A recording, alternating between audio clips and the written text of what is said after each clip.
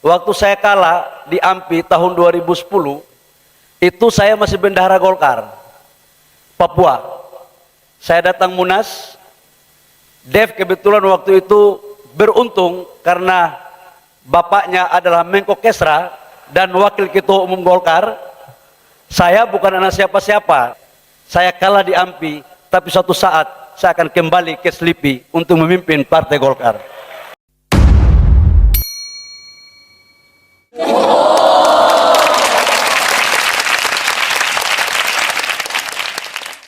Bahlil Lahadalia, sosok energik dan akrobatik yang percaya diri sekaligus jeli.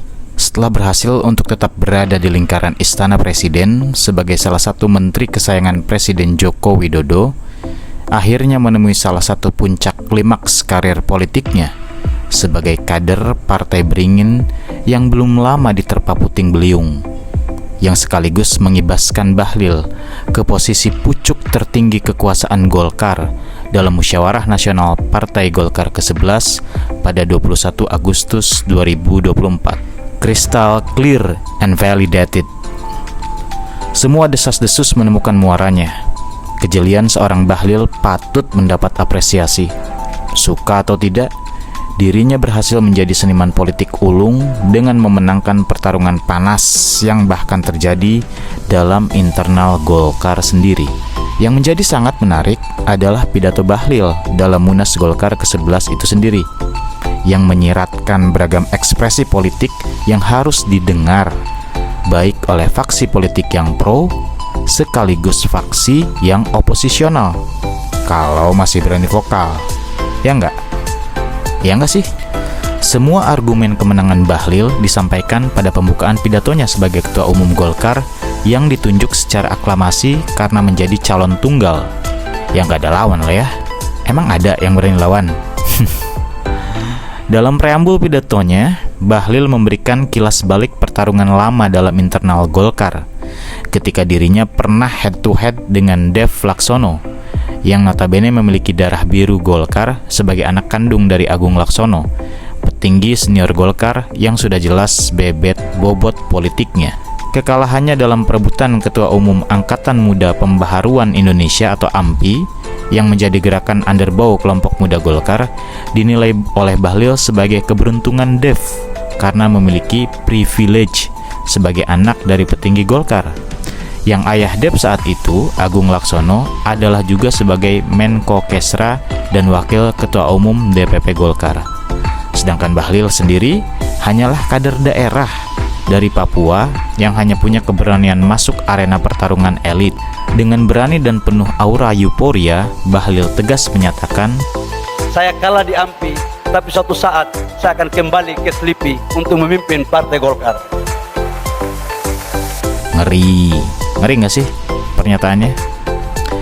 Pada part lanjutan di pembukaan pidatonya, Bahlil memulai untuk memberikan klarifikasi sosok The Invincible Hand yang berhasil mengawal dirinya menjadi calon tunggal Ketua Umum Golkar dengan narasi bahwa sejak dulu Golkar adalah partai yang memiliki kedekatan kolaboratif dengan pemerintah. Di sini jelas, kalaupun dirinya didorong oleh kekuatan yang sangat besar dari unsur pemerintahan, hal yang demikian itu nyatanya dan seharusnya sah-sah saja. Karena relasi kuasa semacam itu sudah menjadi semacam tradisi dalam gerak Partai Golkar. Namun dengan nomenklatur atau diksi yang elegan dan diplomatis, yakni kolaborasi. Aman ya jadinya ya? Ya nggak sih? Aman dong. Dan lagi-lagi, presiden yang diambil adalah pertarungan AMPI antara dirinya dengan Dev Laksono. Bahlil mengatakan, Efektif dengan pemerintah. Karena dulu kalau Dev tidak didukung oleh 7 gubernur, belum tentu Dev menang jadi ketua AMPI. ini jelas sekali sebagai sebuah repetisi pemakluman kenapa dirinya bisa kalah dalam pertarungan politik masa lalu. Ya, karena dirinya belum didorong oleh kekuatan unsur pemerintah. Narasi ini semacam memperkuat bahwa intervensi pemerintah dalam suksesi pertarungan politik di tubuh Golkar adalah sebuah kelaziman dan harus diterima. Dalam klimaks pembukaan pidato Bahlil, akhirnya dirinya mengafirmasi berperan di invisible hand unsur pemerintah tersebut dengan menyatakan, Jadi jangan salahkan saya kalau kemudian sekarang saya mencoba untuk mengambil hati pemerintah, kira-kira begitu. dan semua peserta forum Munas tertawa. Ada yang lepas, ada yang entahlah.